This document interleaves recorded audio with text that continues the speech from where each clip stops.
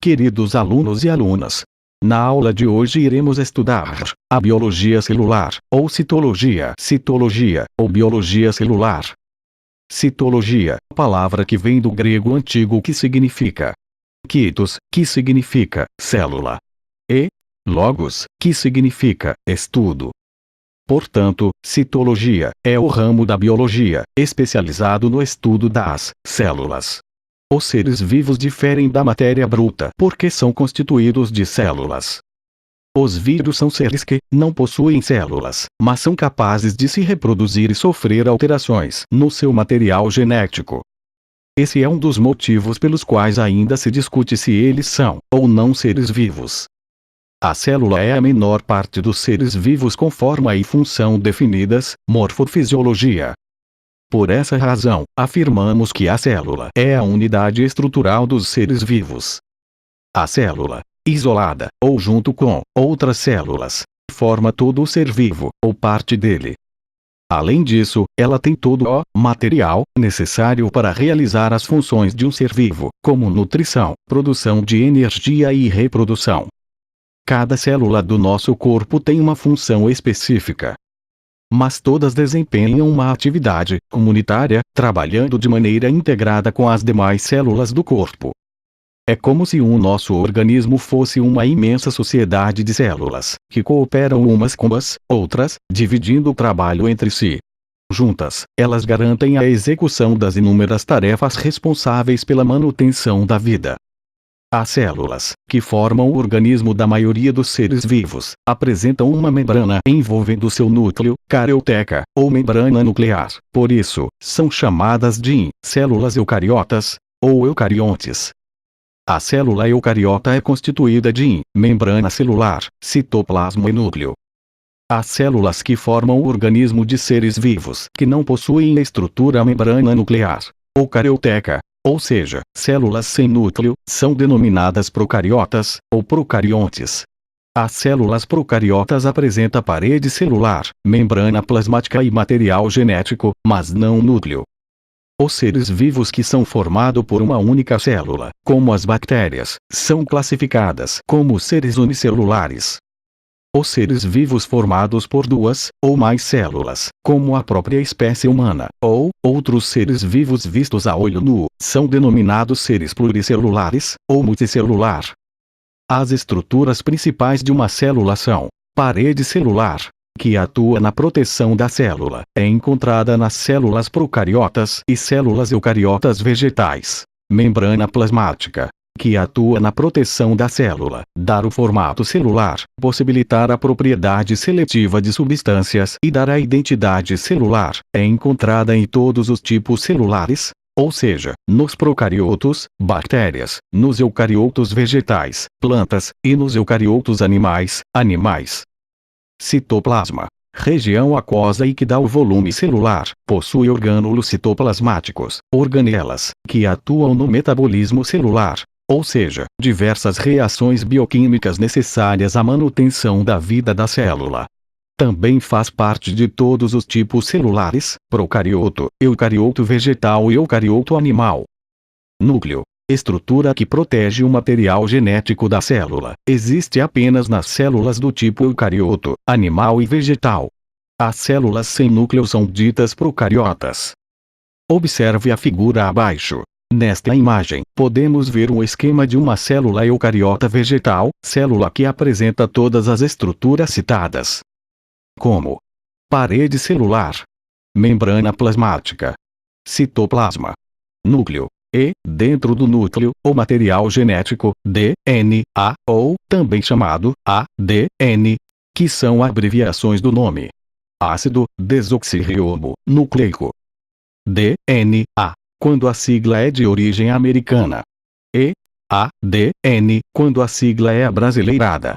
Nesta imagem, podemos ver exemplos do que se refere à morfologia do ser vivo e do que se refere à fisiologia do ser vivo. Na figura A, à sua esquerda, temos alguns exemplos de seres vivos. Como você pode observar, você pode reconhecer os diferentes seres vivos, apenas olhando para eles. Plantas têm características diferentes dos animais. Para resumir, cada ser vivo tem uma anatomia, uma forma própria e particular de se apresentar na natureza.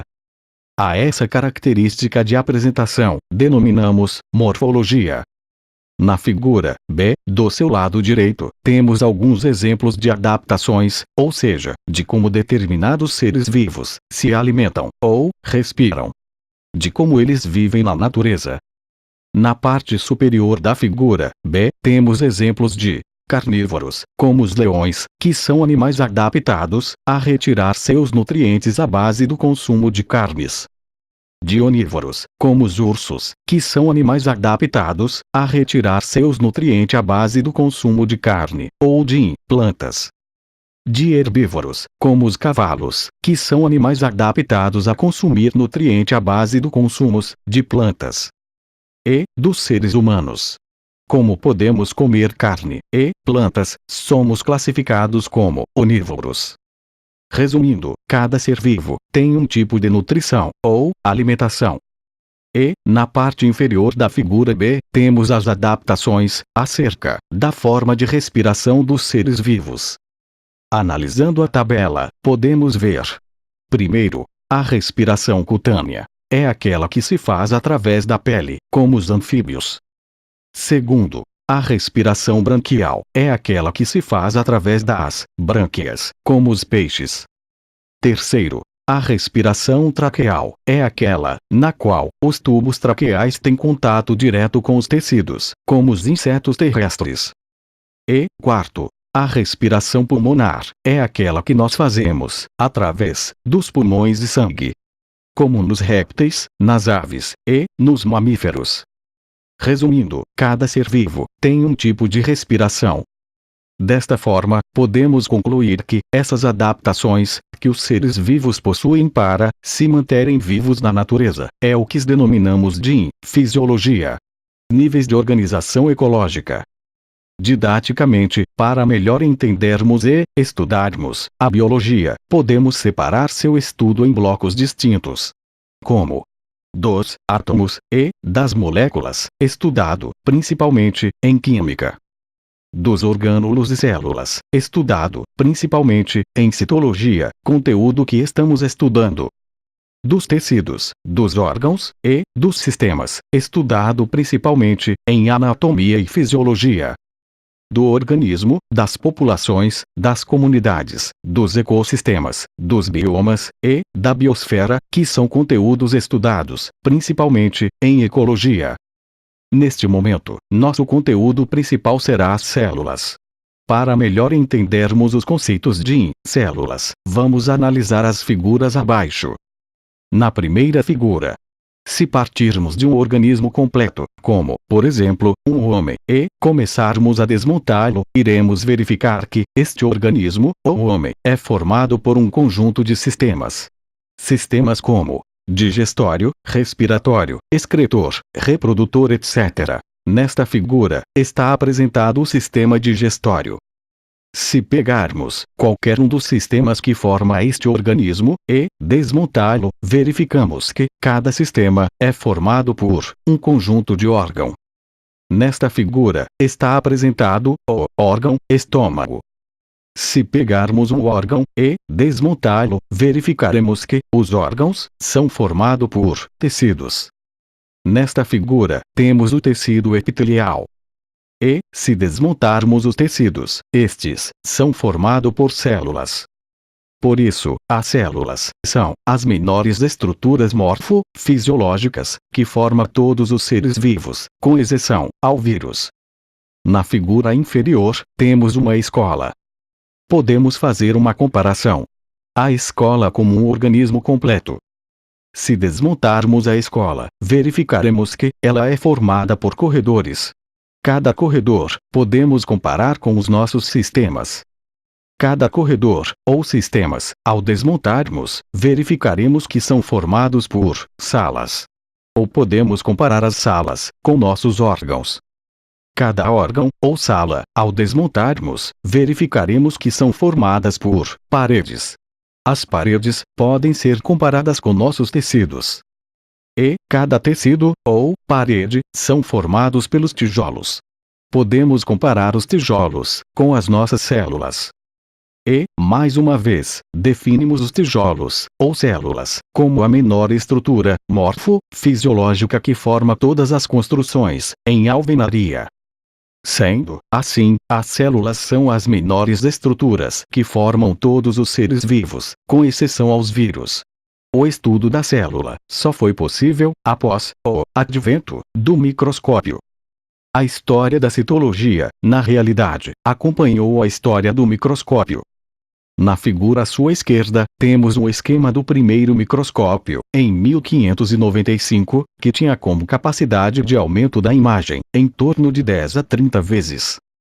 E, na imagem à sua direita, uma foto de Zacarias Janssen, que, junto com Hans, no século XVI, inventou o microscópio. As primeiras observações de células foram feitas no século XVII por Robert Hooke, um dos maiores gênios das ciências experimentais do século, na Inglaterra. Ele observou um pedaço de cortiça.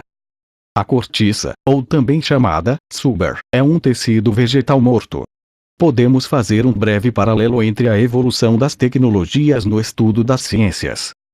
Nas figuras, abaixo, temos dois modelos de microscópios.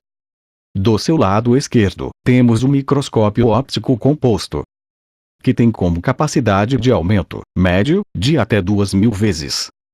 Do seu lado direito, temos um modelo de microscópio eletrônico, com capacidade média de um aumento maior que 160.000 vezes. Nesta imagem, podemos analisar qual o tamanho das estruturas que podem ser estudadas em cada tipo de microscópio. A olho nu, sem nenhum uso de aparelho de ampliação, enxergamos, relativamente bem, estruturas entre 1 km a 1 milímetro. Com o uso do microscópio óptico composto, ou mais comumente usado, enxergamos, relativamente bem, estruturas entre milímetros a micrômetros. E, com o uso do microscópio eletrônico, enxergamos, relativamente bem, estruturas de micrômetros a nanômetros. Tabela de medida das dimensões celulares. Um micrômetro é igual a 0,0001 milímetros. Um nanômetro é igual a 0,000001 milímetro. E um angstrom é igual a 0,000001 milímetros. Observe que, quanto melhor a tecnologia, mais aprofundado e detalhado poderá ser o estudo das ciências.